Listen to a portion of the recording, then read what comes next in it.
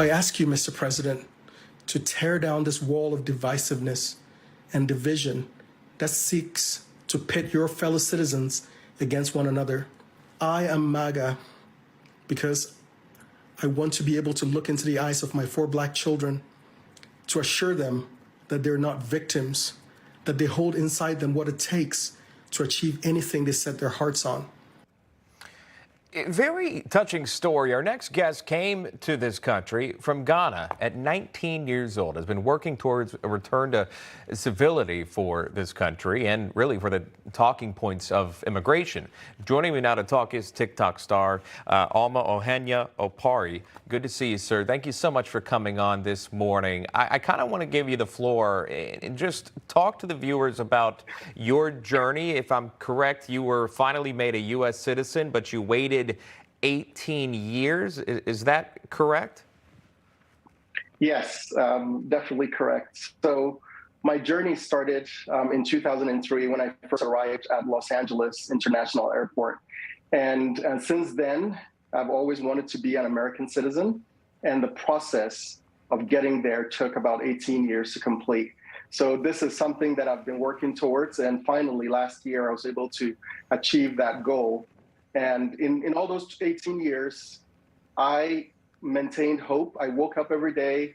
I made sure to obey the laws of the land. I made sure to obey every rule and regulation that I was subject to, and prepared myself and my family for the day that I could embrace American citizenship and be awarded and afforded all the rights and privileges that come with that designation. I'm going to get to one of the videos that you put out in just a moment, but I have a very basic question. Why did you choose to come to the United States? Many people have asked me that question, and the answer that I've given them is that, I grew up in a place where I felt that my dreams were bigger than the opportunities that were before me.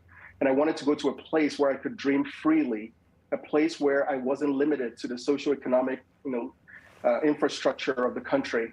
And so I wanted to come here, ever since I was a little child, because I believed this was the place where my wildest dreams could come true, a place where, anything I set my heart to was possible. And the way I put it is, I could wake up in the morning, come up with an idea, and go to Home Depot, and by the end of the day, have a prototype. This is the place where I can do that. And the support system, the infrastructure, and the people of America have made it possible for people like me to be able to come here and make something of ourselves and our families. Very refreshing to hear that. But as well as many watching, the rhetoric has been harsh in terms of how illegal migration is being handled here in the States. And really, if you look at it, it's been quite some time since the United States has really a good hold on how to deal with this process. But I know that you put this video out. I wanted to highlight your response to the rhetoric specifically towards conservatives on this issue. Here's that moment. I have lived in a deep red state for most of my time here in the U.S., and this sentiment cannot be further from the truth.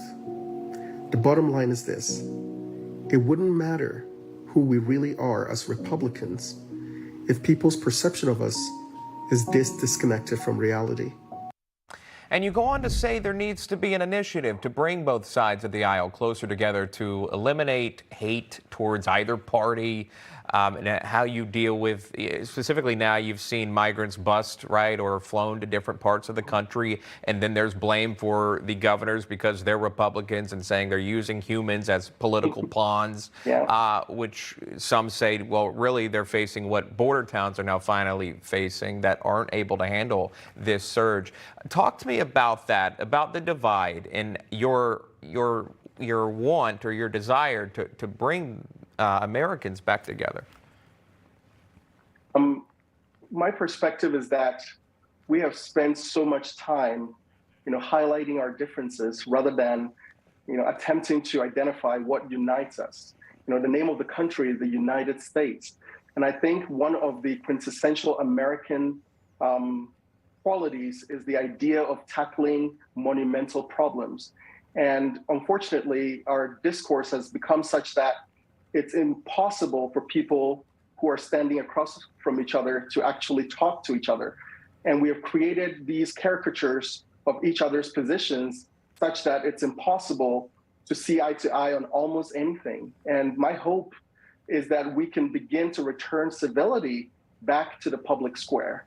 Hope is that politicians and leaders and influential people can see how damaging this vitriol and rhetoric is to our body politic. And so my hope and the response I've received from a lot of my videos is that people are yearning for that return to civility. People are yearning for real solutions to problems that would only come if our minds are freed from these unnecessary fights in the public square, if our minds and our hearts are clear from any prejudice and any of these encumbrances that hold us back from actually finding the solutions that are necessary to move some of these problems forward.